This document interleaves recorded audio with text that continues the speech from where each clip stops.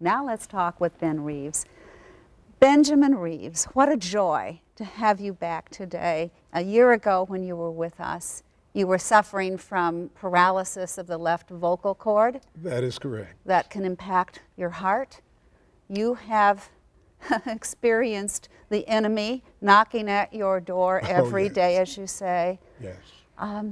How has that beautiful spirit in the gospel hymn you closed your message with by Carol Cimbala, that God is faithful to you and to all of us, how has that sustained you in your darkest moments of fear? It's been everything. It's been the rock floor, the foundation that does not move, does not shake.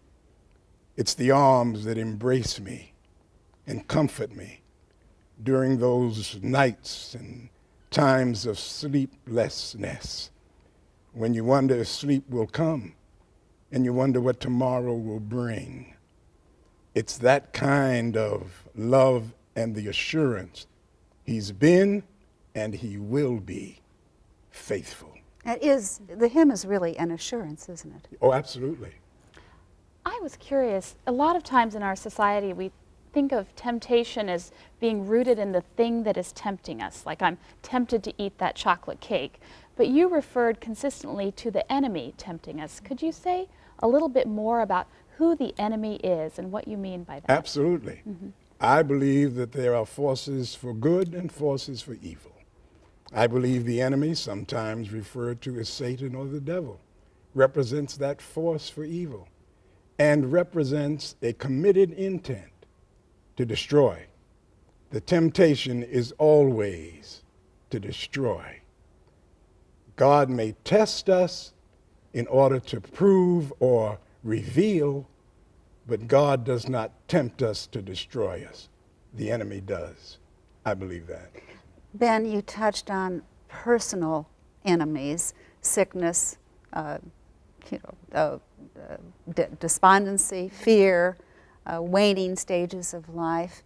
What about the social justice kinds of enemies against the distributive notion of distributive justice and peacemaking in our culture? What about those kinds of enemies? Those enemies are very real, and I believe those enemies find strength and support from the enemy that I referenced, and I believe it is our job, our duty, our privilege, our opportunity to, by God's grace and in his strength, engage those enemies. We carry a burden of responsibility that we need to meet. I want to take you back to the story you told about being a young minister in Terre Haute and giving what you thought was a terrible sermon, and how the enemy was tempting you then. I wondered, what were you tempted by? What was happening in that moment? I think what was happening from that moment, or at that moment, was a reality check. I had not been that long out of seminary. In seminary, I was very successful. I got the only A in the homiletics class, and I had a sense of assurance that was ill-founded. And I think there was a couple of things going there. I think God used that opportunity to help bring me to my sense of reality. But I think that the enemy also saw an opportunity to maybe shake me loose from the conviction that God had called me. Now, you were just in your 20s then, isn't that right? Yes. And you were a young man. Young man, going to change the world, to everything upside down. All people needed was to hear me. And you saw that sermon as a failure. Well, why? Why really? I mean, was it really a defeat? It was not a defeat.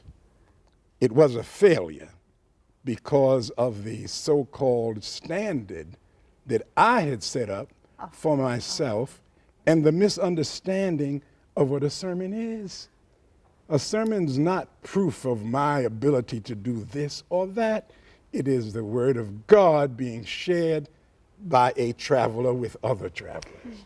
But I didn't know that then. You also say that the enemy, temptation, knocks on our door in moments of triumph. What have been those moments for you personally? When you begin to believe your press clippings, you get beside yourself. I can remember at Andrews University when I was campus pastor for college youth, a little note that someone sent me after a sermon. And the note said, "Your reputation for excellence is well deserved." I'm ashamed to admit how much I enjoyed that note. And that note did not serve me well because I was still trying to get my head around, this is God's business. This is not about you, Reeves. Ben, I'm interested in the work you currently do in the healthcare field and how your ministry has taken you in that direction, and wondered if you could talk a little bit about what are some of the temptations that get us into real trouble with our physical health as well as our spiritual health. Well, with our physical health, some of the temptations may be chocolate and a few other various and sundry things, but also not being willing to set boundaries for ourselves, feeling as if somehow we are indispensable. We're the only one that can do things. We're the only one that can travel here and take care of that. All of those things can wear and impact our health. But as far as Adventist health system is concerned, part of my responsibility is enhancing, lifting up to priority, and reviewing mission and the fulfillment of mission in, as we say, following in the footsteps of Jesus Christ.